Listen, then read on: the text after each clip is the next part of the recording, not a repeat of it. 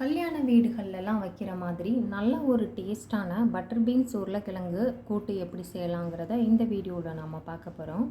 Hi friends, welcome to 90s Jana channel. என்னோடய சேனலை first time பார்க்குறவங்க சப்ஸ்கிரைப் பண்ணிவிட்டு பக்கத்தில் இருக்கிற பெல் பட்டனை அழுத்திக்கோங்க. நல்ல டேஸ்ட்டான இந்த கூட்டு செய்கிறதுக்கு ஒரு பவுலில் 1/2 ஸ்பூன் அளவு கசகசா சேர்த்துக்கலாம். ஒரு 7 போல் முந்திரி பருப்பு சேர்த்துக்கலாம். சேர்த்து இதை ஒரு 1/4 டம்ளர் அளவு தண்ணி ஊற்றி ஊற வச்சுக்கலாம். இது கொஞ்சம் நேரம் ஊறட்டும். இப்போ நாம் ஸ்டவ் ஆன் பண்ணி அடுப்பில் ஒரு குக்கர் வச்சு அதில் 1 ஸ்பூன் அளவு எண்ணெய் ஊற்றிக்கலாம். எண்ணெய் சூடானதும் ஒரு துண்டு பட்டை, ஒரு கிராம்பு சேர்த்துக்கலாம். கூடவே ஒரு மீடியம் சைஸ் வெங்காயம் கட் பண்ணி வச்சுருக்கேன், அதையும் சேர்த்துக்கலாம்.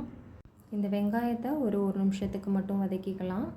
ஒரு நிமிஷம் வதக்குனதுக்கப்புறமா இதில் ஒரு சின்ன ஸ்பூனில் 1 ஸ்பூன் அளவு இஞ்சி பூண்டு பேஸ்ட்டு சேர்த்துக்கலாம். சேர்த்துட்டு இதையும் லைட்டாக மட்டும் வதக்கிக்கலாம். ரொம்ப நேரம் வதக்கணும்னு அவசியம் இல்லை. லைட்டாக நல்லா மிக்ஸ் ஆகிற அளவு கலந்து விட்டுட்டு ஒரு சின்ன தக்காளி கட் பண்ணி வச்சுருக்கேன், அதையும் சேர்த்துக்கலாம்.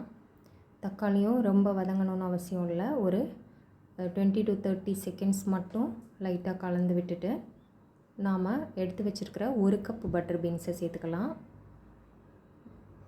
கூடவே 2 மீடியம் சைஸ் உருளைக்கிழங்க தோல் நீக்கிட்டு எடுத்து வச்சுருக்கேன், அதை ஒரு 4 பீஸாக கட் பண்ணி சேர்த்துக்கலாம்.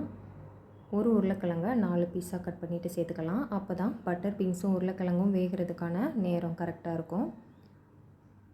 பட்டர் பீன்ஸ் உருளைக்கிழங்கு உங்களுக்கு தேவையான அளவு சேர்த்துக்கலாம். உருளைக்கிழங்கு இதை விட அதிகமாக வேணும்னா அதிகமாக சேர்த்துக்கலாம்.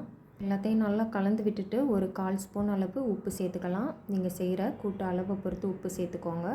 கூடவே ஒரு 1/4 ஸ்பூனுக்கும் கம்மியாக கரம் மசாலா தூள் சேர்த்துக்கலாம். சேர்த்துட்டு எல்லாத்தையும் நல்லா ஒரு தடவை கலந்து விட்டுடலாம். எல்லாத்தையும் நல்லா கலந்து விட்டதுக்கப்புறமா பட்டர் பீன்ஸ் வேகிற அளவு தண்ணி சேர்த்துக்கலாம். நான் இப்போ இதில் 1 டம்ளர் அளவு தண்ணி சேர்த்துருக்கேன்.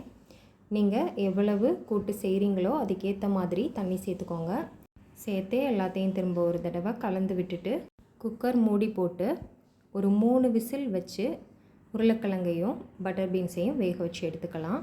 அது வேகிற டைமில் சில பொருட்களை அரைச்சி எடுத்துக்கலாம். அதுக்கு ஒரு மிக்ஸி ஜாரில் 4 ஸ்பூன் அளவு துருவின தேங்காய் சேர்த்துக்கலாம். 4 ஸ்பூன் அளவு துருவின தேங்காய் சேர்த்ததுக்கப்புறமா காரத்துக்கு ஒரு பெரிய பச்சை மிளகாய் சேர்த்துருக்கேன். நீங்கள் உங்களுக்கு காரம் எவ்வளவு தேவையோ அதுக்கேற்ற மாதிரி பச்சை மிளகாய் சேர்த்துக்கோங்க. இப்போ இதில் 1 ஸ்பூன் அளவு சோம்பு சேர்த்துக்கலாம். கூடவே நாம் ஊற வச்சுருக்கிற முந்திரி பருப்பையும் கசகசாவையும் சேர்த்து இந்த மாதிரி நல்ல மையாக அரைச்சி எடுத்து வச்சுக்கலாம். இப்போது பட்டர் பீன்ஸ் 3 விசில் வச்சு நமக்கு ரெடியாக இருக்குது. ப்ரெஷர் ரிலீஸ் ஆனதுக்கப்புறமா குக்கர் ஓப்பன் பண்ணலாம்.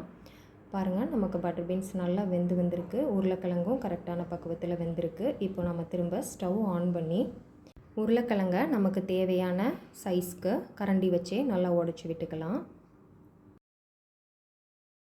உருளைக்கிழங்கு எல்லாத்தையும் நமக்கு எந்த அளவு தேவையோ அதுக்கேற்ற மாதிரி சின்ன சின்னதாக உடைச்சதுக்கப்புறமா இதில் நாம் அரைச்சி வச்சுருக்கிற தேங்காய் பேஸ்ட்டை சேர்த்துக்கலாம்.